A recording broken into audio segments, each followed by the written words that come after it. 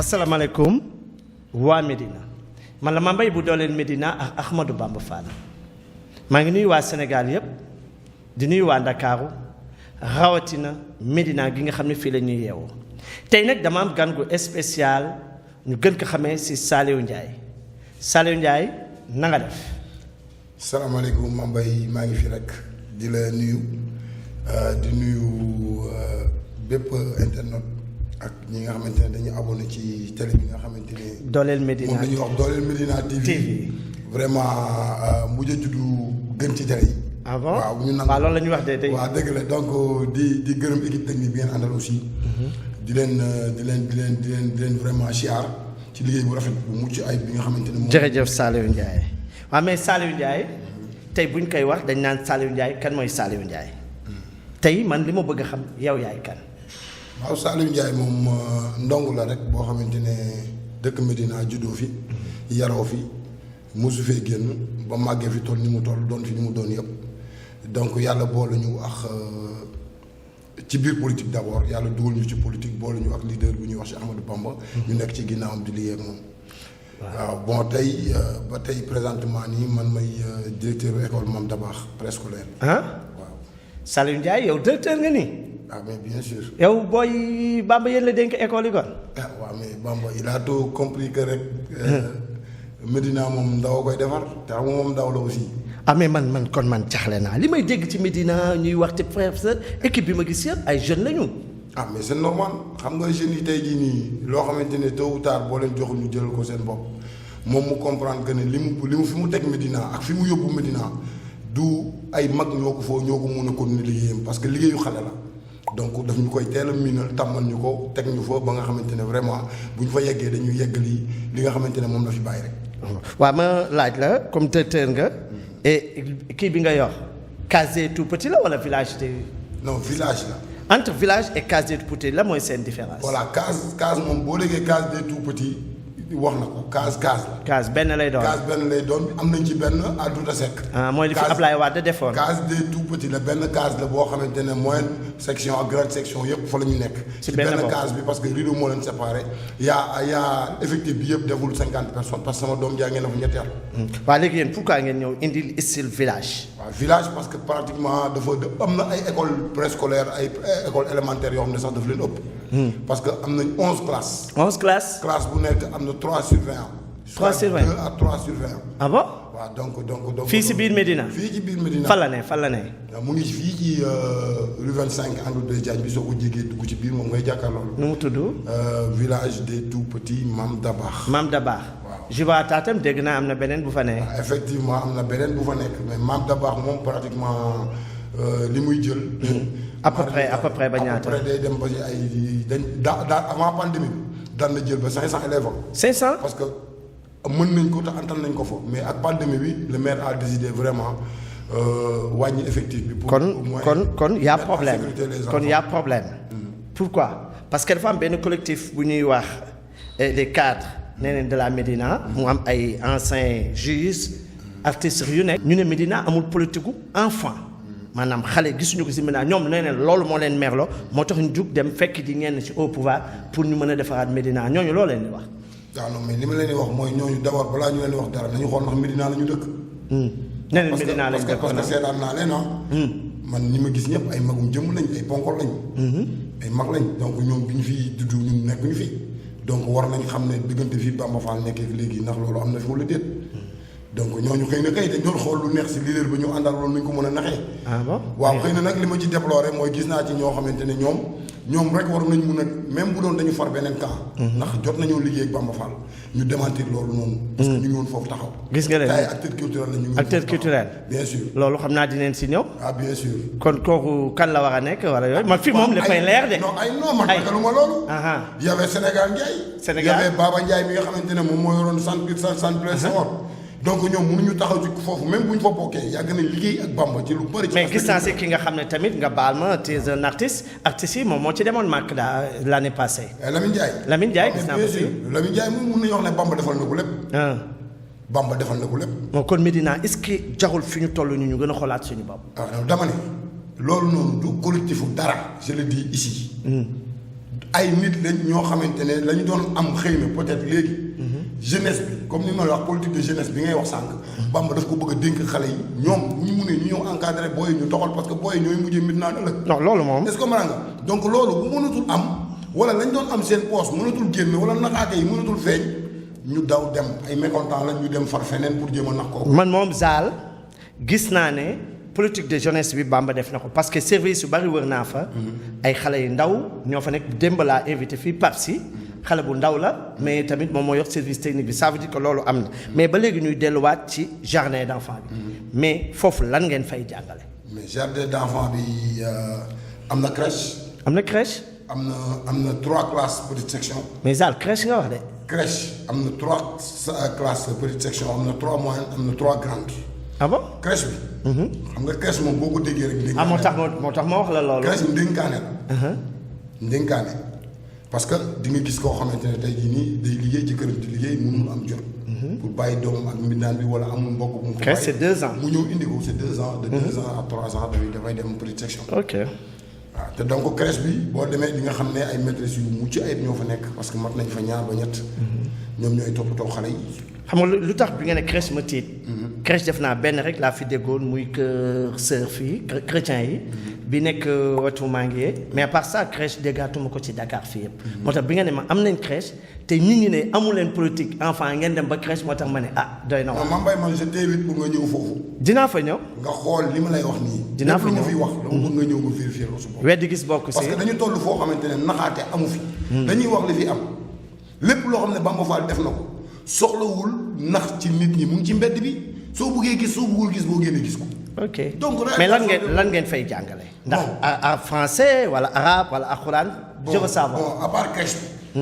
petite section bi. parce que ci la xale bi war a commencer di éveiller di xam lan mooy jën nan lañ koy dessiner couleur bi mauve la tudd bii moo ñu koy jàngal ci loolu ak ci ay habitude parce que foofu au-delà de l'aspect pédagogique il faut nga nekk un éducateur ñun yàlla dafa def ne balaa ñu fay nekk dund nañ ko du dëgg parce que acteur culturel lañ. donc da ngay mun di seetlu xale bi li nga xam ne way juróom sax du ko seetlu parce que des fois à la récréation tu vois des gosses yoo xamante ne sont un peu violents yooyu yëpp da nga koy seetlu di ko defar ci ko xale yeex yooyu di leen yar seen jikko suñ demee moyenne section nag le programme pédagogique commencé n'est-ce pas commencé bu ñu commencé di liggéey di jàng di kii parce que programme yëpp ñoom ñoo ko niróole parce que Bamba ren daf ñu affecté un professeur doué boo xamante ne loolu mooy liggéey moom mooy defar programme annuel bi maanaam moyenne section yëpp ñoo bokk programme bi ñuy jàngee. mais alxuraan bi est-ce que xale yi neen si. ngoon gi aussi da ngay sa doom day ñëwaat 3 heures.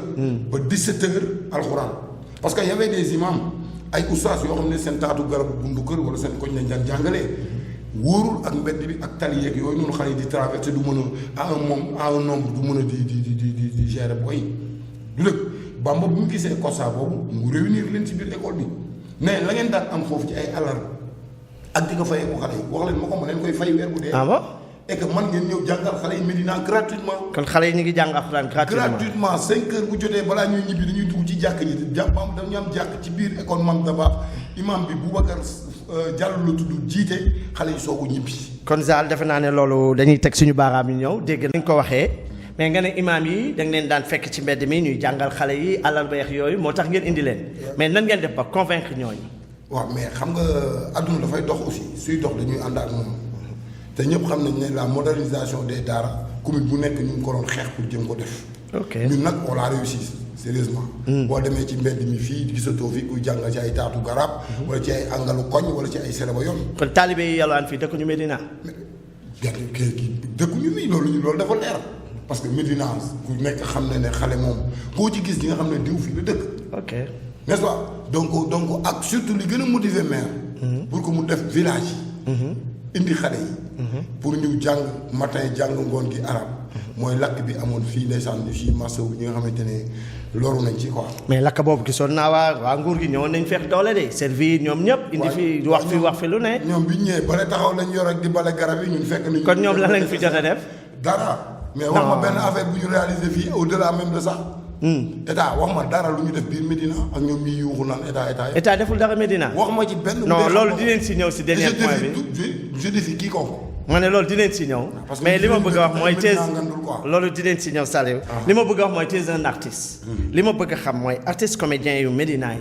est-ce que yéen ak maire bi am ngeen benn politique de rapprochement wala ndax maire bi def na si yéen dara loolu laa bëgg a xam. voilà xam nga yàlla dafa def Mambay. man ASC bi nga xam ne fa laa dëkk. j'étais le président de la commission culturelle ba loolu mu dugal zone. ban ASC la. ASC Déggo. ok bi ma nekkee zone aussi. j'ai été le président de la commission culturelle de la zone. ok accompagné par. kon yow ni membre zone. membre zone. kon casquette yaa ngi bari voilà bi ma ñëwee ci maire bi tam. poste bi nga xamante ne vraiment suñu baay du Ndiaye Rose moo ko doon piloté. bi mu génnee àdduna. ak fa mu toll woon ci Bamba dafa tëjoon bureau bi ne kii fa mu nekkoon nii dinaa yéex a am ku mel ni moom waaye yàlla na doon xale laa koy jox fa mu tomb ci man. donc maa yor sport Médina bi ak culture. donc mun naa ci wax lu bari ci li nga. félicitations. waaw donc ci ñaari côté yooyu yëpp dama ci mën a wax lu bari. mais kon les côté culture bi. waaw donc côté culture bi je pense que Bamba amul lu mu ci def. dañuy lim rek ba saa boo doy rek nga dagg. non dañuy ramasser rek. parce que li mu ci def dafa bari du benn émission. non résumé rek résumé. bon Bamba dajale nag ñoom ñëpp artistes bi nekk Médina yëpp. man maa doon piloté waxtaan boobu defe naa ne jour boobu ak yow tu étais invité boobu. waaw ñëwoon naa si commune ñoo ko yoroon. bi ñu ko yoree aussi commission bi ñu oo waa Douta Seck. directrice bi fa nekkoon Fanta. Fanta jamono boobu moo fa nekkoon. pour moom mu ñëw au moins gérer finance bi. bon bi ñu demee ba ci biir Bamba dugal na ci ay millions. mais malheureusement da ngay gis ne artistes yi dafa dese ñu organiser wu. kon artistes su Médina yi parce que loolu mooy problème mu Bamba il veut faire. il veut faire tout ci ñoom mais manque d'organisation dafay feeñ ci ñoom. xanaa bi mu leen ko joxee daf leen bàyyi ñoom artistes yi ñu demal. mais parce que loolu la ñu waxante woon ñoom ñoo ko bëggoon. bon parce que ñun man personnellement loolu moo taxoon ma ñëw dugg ci. ñu waroon ko teg suma loxo ma diriger ko en tant que agent mairie en tant que acteur culturel mais biñ ci déggee yenn éco yi ñun mun nañ gérer suñu bopp. Bamba si la ooy Fanta teg. mais quand même joxoon nañ leen billet maag joxoon nañ leen billet maag. jox nañ leen billet maag ci jour boobu même Lamine Ndiaye moom moo génnoon parce que par chance. Lamine Ndiaye demee aussi dem na ci doole Médina ci barke Bamba Fall. dem na Màkka ñëwaat na ci jàmm siyaar Yonent bi. kon xam naa ne mbirum artistes yi duñ fi mën a yem. dinañ jël benn jour spécial aussi Mambay. ouais. xam nga école bi ma yor man tey jii nii. artistes yi nga xamante ne ñoo nekk ARCO am nañ fa membre. ah bon. Seydou Camara école ba la nekk. Seydou waay waay ñëpp xam nañ ko Médina. Serigne Mourou école ba la nekk. ok Aline Badara 2 mois avant école bi tëj maire daf ma ko envoyé encore affecté ko jël ko comme agent. kon maire mi ngi jël si artistes yi bien sûr. waaw man am na ñu ma ci gis PMI Médina ci hôpital bi. ak polyclinique gis naa fa ay jeunes artistes femmes yi ñoo xam ne def nañ formation ñu ngi fay dem kon yéen artistes yi waxatu leen dara de. ah mais si Bamba Fall de waxatuñu dara. sérieusement ku ko nangu ak ku ànd ak ku àndul ak moom war nga nangu ne muy def ci aar bi bu baax a baax a baax. Zal kon dégg nañ si xam naa ne dinañ si gën a waxtaan mais nag ñu ñëw si cappaandaw li fa nga xam ne nag mooy wax ji coow li mooy mbirum politique. mu ne de. ah mais c'est normal mu yëngatu Médina moom. mais yéen ngi waa yéen ban parti ngeen nekk Yewwi Askan Wi wala. Yewwi Askan Wi lañ nekk. ah bon. loolu c'est officiel. Yewwi Askan Wi ci ginnaaw Cheikh Ahmadou Bamba Fall. waaw leeral boobu am na si solo mais ñi ngeen war a janool nag ñoom. amaguñu mbër ba tey de te dégg naa président la ñuy xaar quoi. ah waaw mais nañ ko xaar ba mu pare rek xam nga loolu ñoom la rek ñun vraiment damay bëgg su ma ñëwee émission. fi ma bokk ak la ma ca nar ak la ci sama leader nar. ñu ma koy laaj la ca des man vraiment lijjanti ma ko lu ñu def baax na. da nga mel ni ñun daal pare nañ rek. yow da nga mel ni wóolu nga sa bopp de. non wóolu sa bopp bi dafa teel. teel mooy maanaam dafa nu ma koy waxee dafa tuuti. dafa tuuti ñun dañoo pare. da ngeen pare mais yow léegi noo gisee politique gu Médina yéen ak seen candidat. politique gu Médina ci ñaari fànn. benn bi mooy ñun ak suñu candidat dañoo gis la woon fa woon. la woon fa woon nañu tegal ba tey. loolu olof la de xóot na de. waaw wax la bu ñu fa yeggee rek dina leer. campagne bi yàgg. ay ca demal ma déglu. voilà la woon fa woon mooy ñëwoon la àndal. fa woon lay dóoraat. te nëwoon lay jëlaat. nekkoon amul ma dem te ñëw. et loolu est-ce que du slogan Ndakaaru. non man kay je te donne rendez-vous après les campagnes. man maay taxawaat fii. bu soobee yàlla non saa li nga may wax man waxoo man de. dama bëgg nga janox mbokku internet yi. waxaat Médina ñu ngi may xool. waaw allez. waa Médina ñu ngi may xool c'est un message. déclaration la message. parce que Médina ay nit ñoo fi nekk. Médina ñu yeewu ñoo fi nekk. Médina des personnes intègres ñoo fi nekk intelligent li nga xamante ne moom la Bamba Fall def mu war a fal maire yéen a koy gis li nga xamante ne Bamba Fall mu ngi koy daj ci dëj yi ngént yi tuur yi màkk yi yéen a koy gis ci sportif yi ci lamb yi ci mbër yi yéen a koy gis li nga xamante ne ci pavage bi donte dañu tëjoon suñu usine xamuñu fi pavage bi jógee yéen a koy gis école yi li muy kërti pour defar ko taxawalaat ko yëpp yéen a koy gis kon nag c'est à vous de juger même les places yi nga xam ne moom ngeen di voter mel woon noonu ba ngeen koy ba avant Bamba Fall. Donc je vous donne rendez-vous c'est à vous de juger. yaa tudd place yi de fi ñuy voter gis nañ liggéey bi ngeen fa def ni mu yànjee mais am na loo leen fa waroon defaat mais dégg naa dañ bloqué budget bi mënu leen ko def mais loolu maanaam li ngeen wax a def si école yi hôpital beex yooyu gis nga man am naa rafet njort ne bés bu ñu débloqué woon suñu budget yi jamono bii nii Bamba mun na ko fa fàtte sax 3 ans te du ko laal parce que daf ko tàmm maanaam dafa tàmm demal boppam ak ay nitam da ngeen bari feem la waaw feem la mais mbiru yàlla ngi ci mbiru yàlla ngi ci du dëgg parce que ñun depuis bi ñu toogee ba tey jóguñu si di bloqué suñuy budget jóguñu si di ñu tegal ay mais chaque jour ngeen génn si waaw mais non parce que xaaruñu leen doo leen dee yeneen maire yi seen secret non mu xam nga kan lañ koy dee Bamba bu demee ba bëgg leneen ba doyat mooy xool ku ko yaa fi indi waxu ma ne yaa fi indi waxu bëgg leneen mais yéen Ndakaaru nekkul seen xel yéen waa Médina laay wax ma Bamba yéen waa Médina non pour man